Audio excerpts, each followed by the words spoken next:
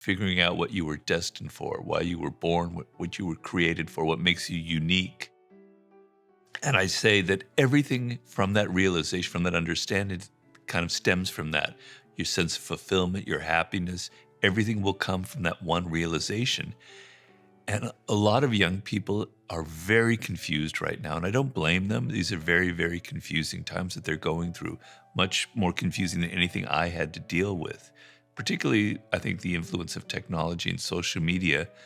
And what I mean by that is to know who you are, to know what you were meant to do in life, why you were born, what makes you unique, requires a lot of reflection on yourself, self-awareness, self-knowledge. You have to go inward.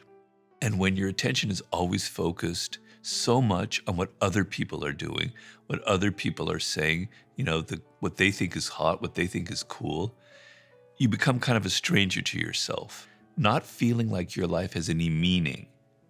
I think that's something that really is tormenting a lot of young people.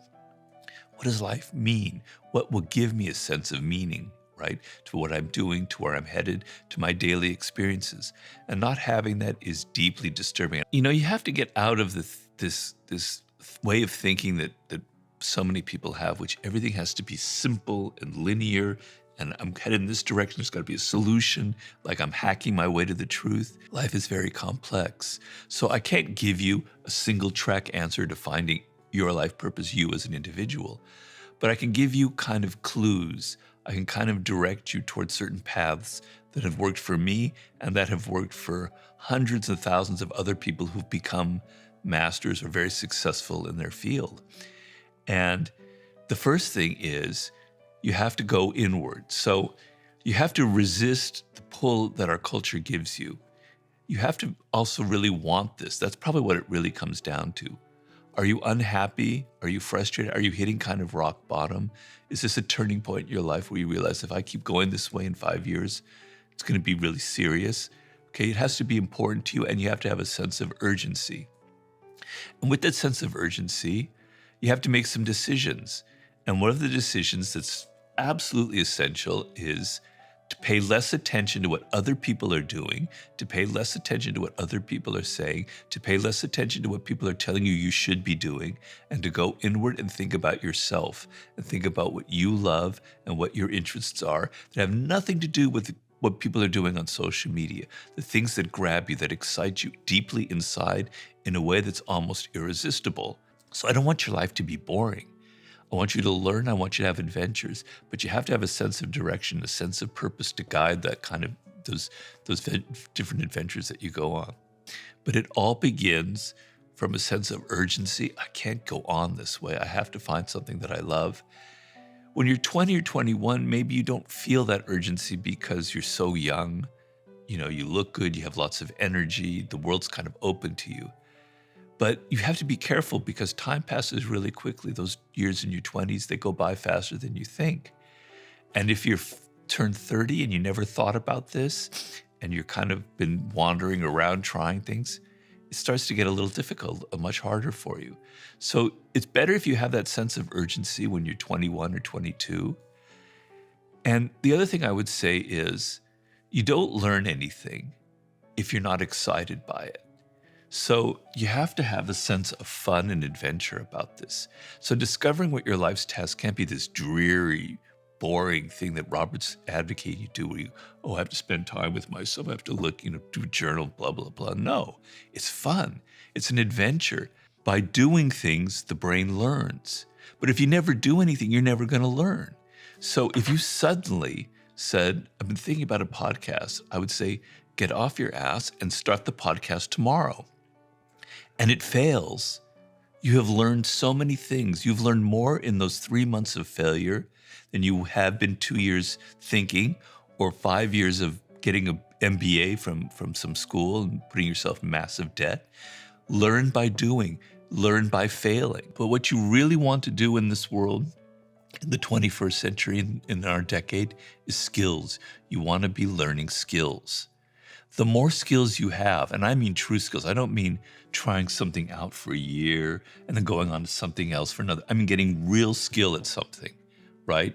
Whether it's in computers, whether it's in the arts, in any field. real skill.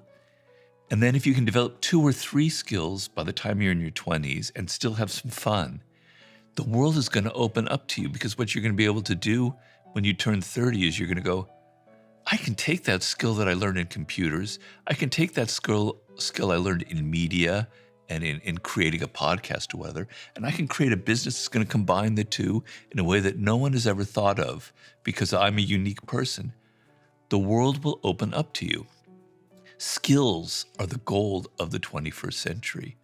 The whole thing has to start from you. It can't start from the world. It can't start from what other people are doing. It can't start from what's sexy. It has to come from within. If it doesn't come from within, then you're going to be floundering for years and years and years. The world just kind of opens up, but you have to be focusing on the right thing. So if you were meant to be a writer and then you decide because you want money to go into law school and then you focus very deeply on law school, what will happen is for a year or two, you'll be able to skid by, but then the wheels will start going slower and slower because you're not interested in it. You're not connected to it. You get bored and your focus will start falling to pieces. But if it's something you love, you can focus on that for 7, 8, 10, 12 years and never get bored. The focus for young people that seems so painful, God damn it, everyone else is having so much fun and I'm having to learn this. Just keep telling yourself that you're doing something that your brain is going to reward you with several years down the line. So that friend of yours that seems to be having so much fun, in 3 years, they're going to be sliding down the ladder, working at some crap job, whereas you're going to be rising up. So just keep your mind on the larger issue there, and know that working with what your brain works well with will pay incredible rewards down the line. But what happens with a lot of people, I also get correspondence from, or let's say turning 40 or even a little bit older, and they're coming to those crossroads, is it's even much more painful than when you're in your 20s, because there's a sense of regret. There's a sense that you've wasted your time. And to get back to a path that will suit you can be very difficult, as you mentioned, but there's also another side to that, which is you probably have been learning some skills in your life. You probably have had some experiences that have changed you. Because when you're 21, 22, you don't know the world. You don't know people. You think you know everything, but you don't know anything, right? You've never had any experiences in life. You never had to suffer.